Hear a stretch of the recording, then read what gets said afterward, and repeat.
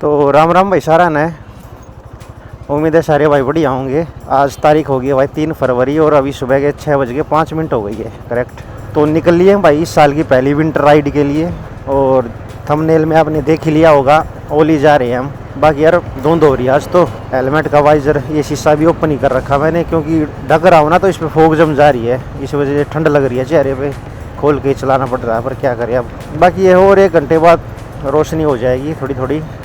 और फिलहाल अकेला ही हूँ मैं भाई, और एक भाई को और लेना साथ में, वो दिल्ली से बैठाना मेरे को। तो अभी मैं जा रहा हूँ आश्रम पे मिलेगा वो वैसे फरीदाबाद का है, पर वो भी वहाँ से बस वगैरह से आएगा, कैसे आएगा पता नहीं।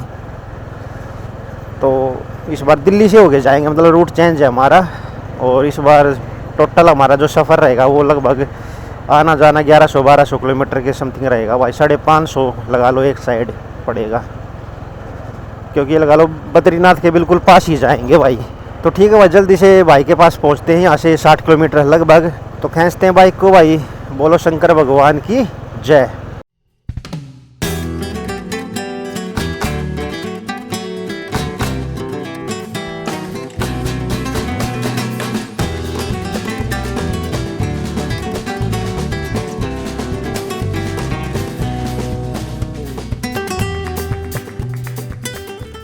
लो 7:32 का टाइम हो गया है और पहुंच गए हैं लोकेशन पे। 300-400 मीटर और रह गई है। आश्रम मेट्रो स्टेशन गेट नंबर 2 पे खड़ा मिलेगा भाई। उसकी कॉल भी आ गई, मैंने उठा नहीं पाया मैं, क्योंकि बस पहुंचने ही वाला था। मैं सोचा और 10 मिनट लगने वाली है, यहाँ से एग्जिट ले लेते हैं। बाकी धुंध कम नहीं हुई है भाई, ऐसे ही है धुंध। और ये फिर रेड लाइट आ गई भाई। चलो अब तो पहुँच ही गए। देखते हैं कहाँ खड़ा मिलेगा। कॉल करनी पड़ेगी शायद एक बार। बाकी एक बार क्रॉस कर लेते हैं रेड लाइट को। थोड़ा आगे दिखा रहा है अभी 200 मीटर। बाकी भाई कपड़ों का हाल बिल्कुल देखो बुरा हो गया है, क्योंकि धूल उड़ रही थी ऊपर से, ओस थी वो जम गया इसी पे, कपड़े पे ही जम गया सारा। उतर के साफ़ करना पड़ेगा एक बार। ये लगा लो भाई 1.5 घंटा लग गया सही आने में। 60 किलोमीटर आए हैं 1.5 घंटे में। वैसे लगभग 100 किलोमीटर चले जाते। अगर हाईवे होता ना, दिल्ली की साइड नहीं आना होता, तो 100 किलोमीटर कवर कर देते। बाकी चलो ठीक है, कोई दिक्कत नहीं। और अब यहाँ से 210 किलोमीटर बचेगा हरिद्वार भाई। तो 4-4.25 घंटे लगेंगे। बाकी अभी गाज़ियाबाद से होके निकलेगा ना, तो ट्रैफिक भी बहुत मिलने वाला है। उसके बाद कहीं जाके हाईवे मिलेगा बढ़िया। लो भाई होगी ग्रीन लाइट। देखते हैं कहाँ खड़ा मिलेगा भाई। एक बार बैग बांधने पड़ेगी। अभी तो मैंने बैक साइड वैसे ही टांग रखा है। जी भाई गेट नंबर 2। आजा।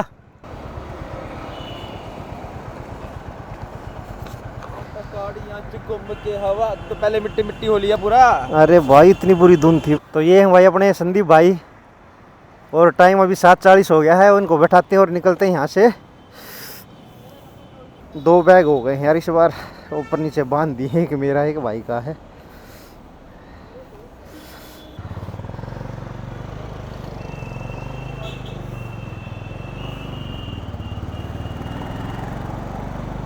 तो भाई संदीप अपने को है ना, जब रुद्रनाथ ट्रैक कर रहे थे ना, तो उस टाइम मिला था वहाँ पे ट्रैक करते टाइम। तो ट्रैवल वाले बंदे थे भाई, नंबर एक्सचेंज हो गया। भाई भी बोला मैं भी घूमता हूँ, मगर हम भी घूमने वाले हैं भाई। तो नंबर ले लिया था। बीच में बात होती रहती थी हमारी। और इस बार क्या है कि टाइमिंग मैच हो गई।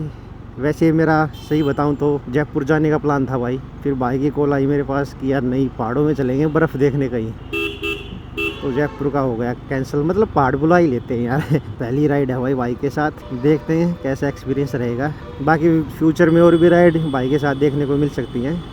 एक बार मैं ना हरिद्वार वाला रोड आ जाएगा ना, तो फिर मज़ा आ जाएगा बाइक चलाने में। अभी तो ये थोड़ा दिल्ली वाला ये एरिया है, इसमें टाइम लगेगा निकलने में, फिर तो खींच देंगे। बाकी भाई फरीदाबाद से भाई, वहाँ से आया है ये रैपिडो करके। तो ठीक है भाई, अभी खींचते हैं, जल्दी से हरिद्वार पहुँचते हैं।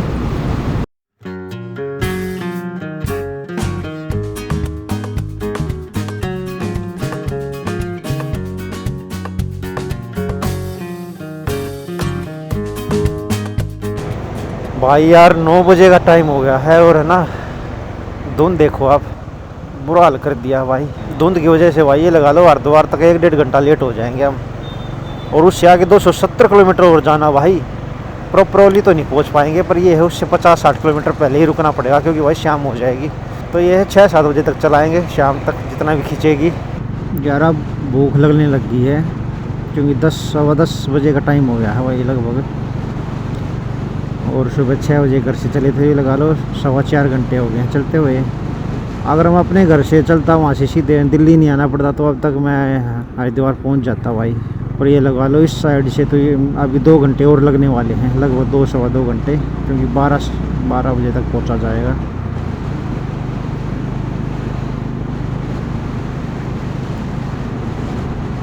बाकी कुछ खाने का देखते हैं भाई। सोच तो ये रहा था कि हरिद्वार जाके खा लूँ, पर अभी उसमें टाइम है, अभी तो लगभग 100 किलोमीटर और बचा हुआ है हरिद्वार। तो बीच में कुछ देखना पड़ेगा खाने का। धूप निकलने का तो हिसाब किताब आज लग ही नहीं रहा भाई।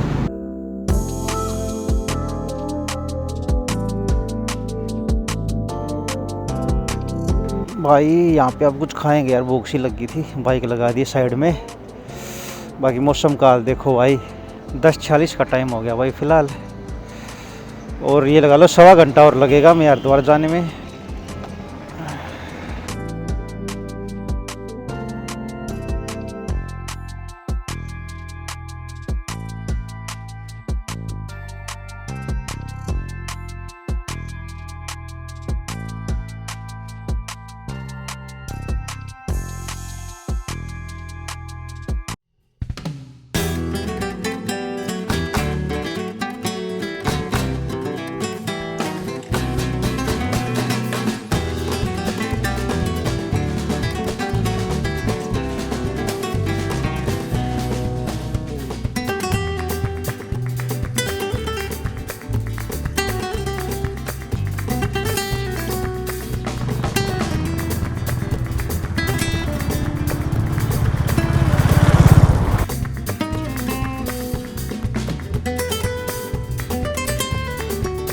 भाई 3 बजे का टाइम हो गया है और फिलहाल देवप्रयाग पहुंच गए हैं।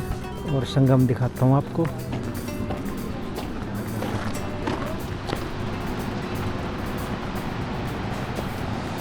ये सामने संगम है भाई, बिल्कुल साफ पानी है इस टाइम।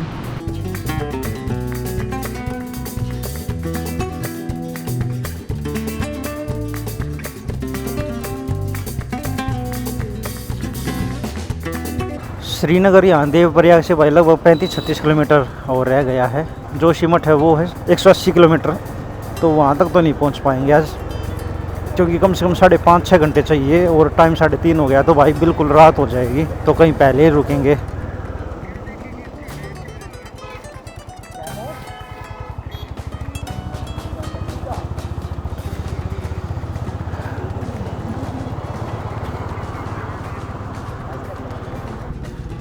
तो भाई ऋषिकेश से आगे है ना, इस रूट पे बाइक पहली बार आई है, तो देवप्रयाग और जो ये बद्रीनाथ वाला रूट है ना, इस पे बाइक फर्स्ट टाइम आई है अपनी। बाकी जो मसूरी, देहरादून और जो गंगोत्री यमुनोत्री वाला रूट, उस पे तो मैं कई बार जा चुका बाइक लेके, पर ये फर्स्ट टाइम है भाई अपनी बाइक के लिए। बाकी अभी श्रीनगर पहुंच के तेल भी डलवाएंगे भाई इसमें, घर से टंकी फुल करा के चला था इसकी मैं। तो अभी ये 350 प्लस चल गई है। अभी तो खैर इसमें 2 पॉइंट दिखा रहा तेल। और फिलहाल भाई धूप भी बढ़िया निकल रही है, बल्कि नीचे जो प्लेन एरिया था ना उसमें बिल्कुल ठंड थी भाई, धुंध थी। पर हरिद्वार से जैसे ही निकले ना ऋषिकेश की साइड, तो वहाँ आ गई थी धूप। नहीं तो भाई यहाँ तो पहाड़ों में दिक्कत हो जाती है, अगर धुंध यहाँ मिल जाती है ना तो बड़ी परेशानी होती है भाई बाइक चलाने में। आप ग्लव्स भी निकाल रखे हैं भाई, क्योंकि ठंड नहीं लग रही बिल्कुल भी। और रेन कोट भी निकाल दिया था मैंने, हरिद्वार से निकल के ही निकाल दिया था। शाम को पहन लेंगे 5 बजे के बाद, अभी तो बढ़िया धूप है। बाकी जो भाई अपने चैनल पे नए हैं भाई, सब्सक्राइब करो यार, थोड़ा सपोर्ट दिखाओ भाई। बाकी नीचे डिस्क्रिप्शन में अपनी इंस्टा की आईडी भी मिल जाएंगी, वहाँ भी आपको बढ़िया बढ़िया रील मिलेंगी भाई, तो वहाँ भी जाके फॉलो कर लो। हालांकि अभी है ना पहाड़ तो सूखे ही पड़े हैं लगभग, सर्दियों में सारे पेड़ पौधे सूख जाते हैं ना। अब ये लगा लो अप्रैल के बाद बड़ी हरियाली हो जाएगी इनमें, क्योंकि ठंड में सारे सूख के पड़े हैं भाई। घर से भाई गूंद के लड्डू लाया था और गाजर का हलवा था, पर वो बैग के अंदर और बैग बांध रखा पीछे टाइट बिल्कुल। अब उसको खोल लेंगे, वो टाइम लग जाएगा यार उसमें। अब तो पता नहीं कब खाने को मिलेगा, वो रूम पे ही जाके देखते हैं।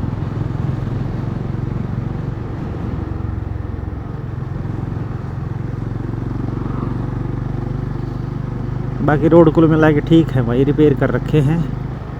थोड़ा बहुत कहीं कहीं लैंडस्लाइड हो रहा है और ट्रैफिक भी ज़्यादा नहीं है। और जैसे जैसे शाम होएगी ना, ट्रैफिक तो ये लगा लो बिल्कुल कम ही हो जाएगा, क्योंकि अभी कोई यात्रा तो चल नहीं रही। जो विंटर में घूमने वाले बस वही कुछ लोग हैं रोड पे, नहीं वैसा कोई भी नहीं है।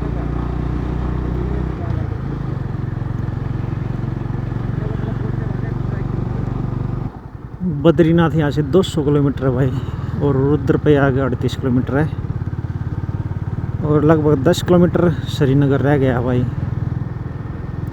तो और 15 मिनट में श्रीनगर पहुँच जाएंगे।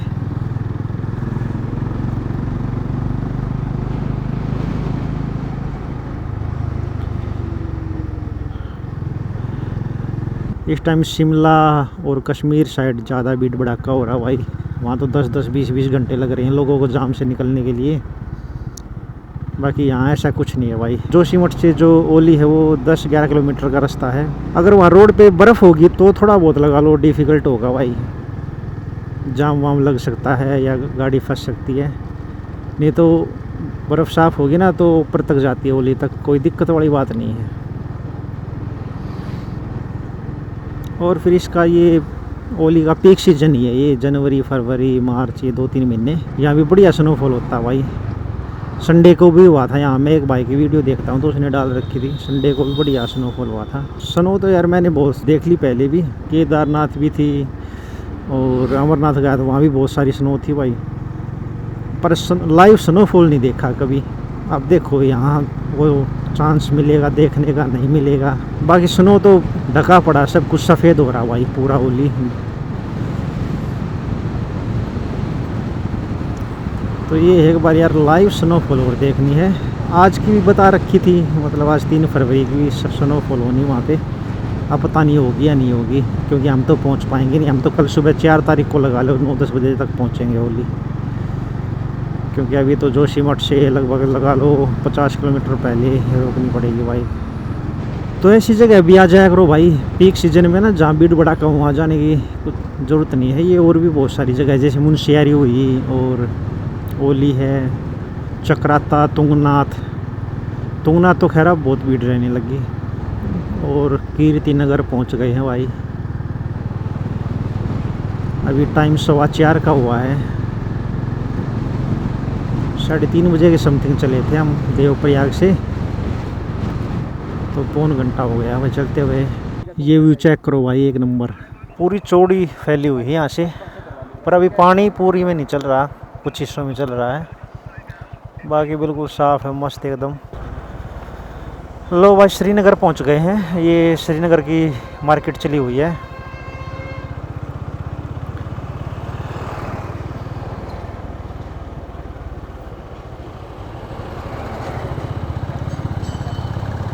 बाकी भैया अभी तक जितनी भी मार्केट आई ना, जितने बाज़ार आए हैं रास्ते में, सबसे बड़ा बाज़ार ये पड़ता है।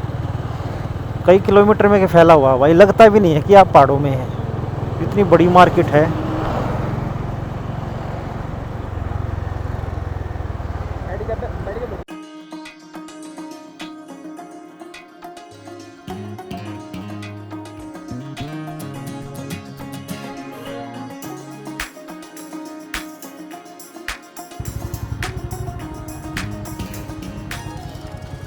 यहाँ करवा लेते हैं टैंक फुल भाई, अपना फुल कर दे भाई।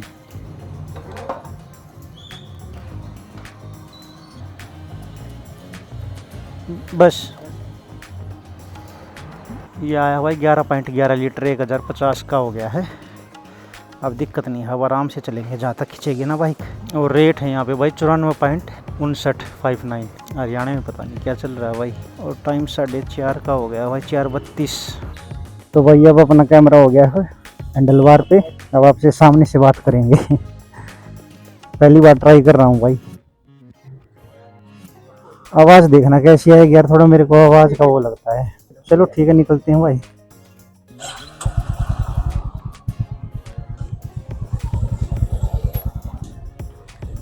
तो भाई कल 2 फरवरी को अपनी बाइक की पहली एनिवर्सरी थी भाई।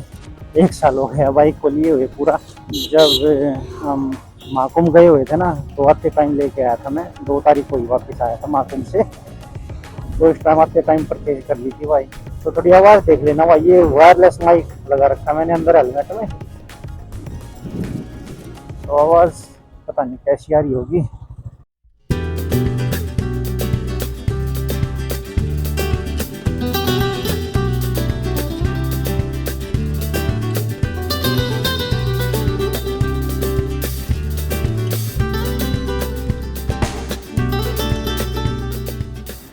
सामने धारी देवी माता का मंदिर है। और ये व्यू चेक करो, वहाँ पे वो छोटी सी नाव चल रही है, स्पीड बोट है। तो अभी तो दूर से दर्शन करते हैं भाई माता के और आशीर्वाद लेके निकलते हैं। 4 धामों की रक्षक देवी बताया जाता है भाई ने। आते टाइम कोशिश करेंगे दर्शन करके जाएं। बाकी 1-2 फोटो वोटो क्लिक करते हैं और फिर निकलते हैं यहाँ से। रुद्रप्रयाग यहाँ से 17 किलोमीटर रह गया भाई। और कर्णप्रयाग 49 किलोमीटर है। और टाइम हो गया 5:10। एक बार जहाँ रुक जाते हैं ना यार, 15-20 मिनट लग जाती हैं सीधी। ऐसे करके ना बहुत टाइम ख़राब हो जाता है। ये सामने मंदिर जाने का गेट है भाई यहाँ पे।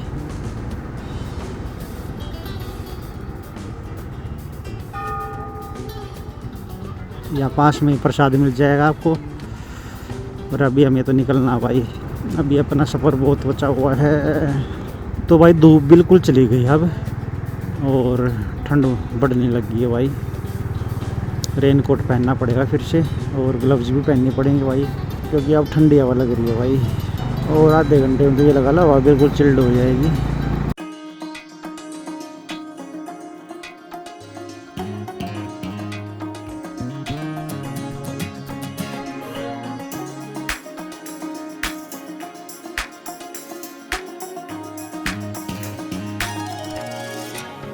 जोशीमठ भाई यहाँ से 112 किलोमीटर रह गया है।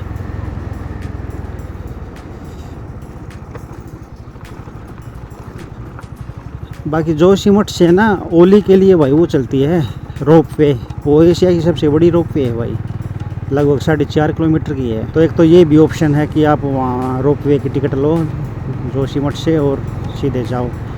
1000 रुपये में अप डाउन करा देते हैं वो एक बंदे को। या फिर आप अपनी बाइक या टैक्सी से ओली तक पहुंच जाओ भाई, वो मर्जी है आपकी।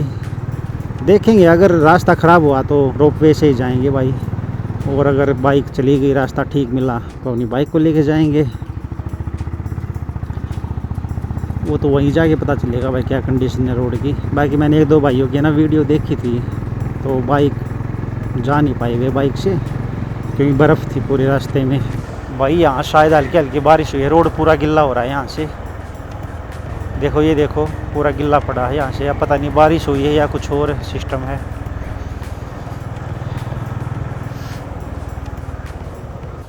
तो भाई अब थोड़ी देर बाइक चलाएगा संदीप, क्योंकि ये सीट है टाइट, इस पर बैठे बैठे दिक्कत हो जाती है। यहाँ तो मैंने जेल सीट लगा रखी है, तो इस पर थोड़ा रिलैक्स हो लेगा ये। तब तक मैं बैठता हूँ पीछे।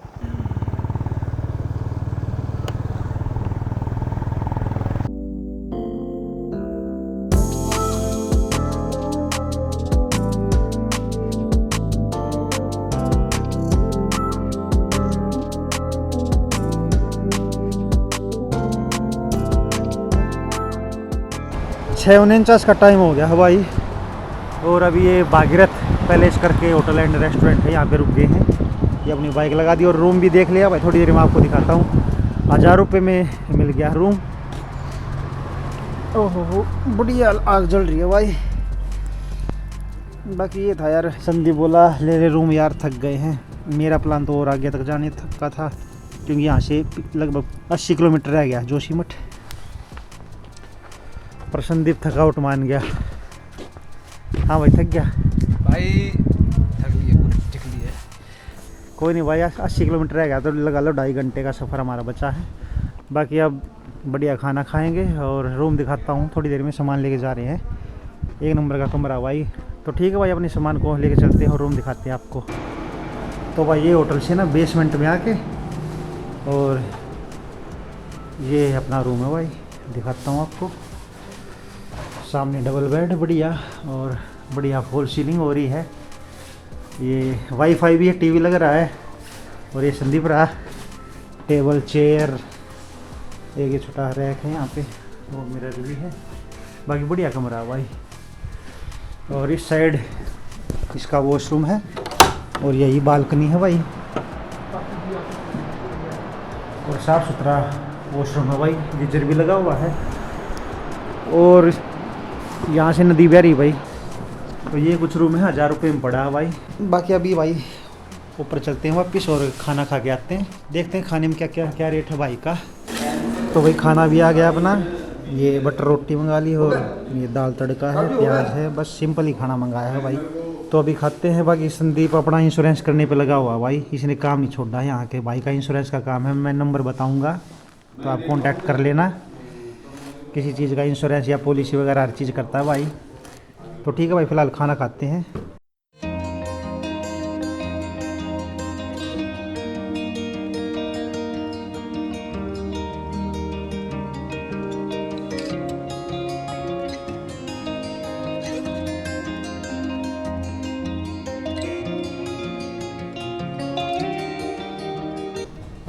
तो ये मेन्यू कार्ड है भाई इस होटल का। बाकी ये मोबाइल नंबर देख सकते हो आप, इस पे कॉल करके रूम भी बुक कर सकते हो अपना। और खाना भी भाई ने 1 नंबर का खिलाया है। ये भाई मिलेंगे आपको।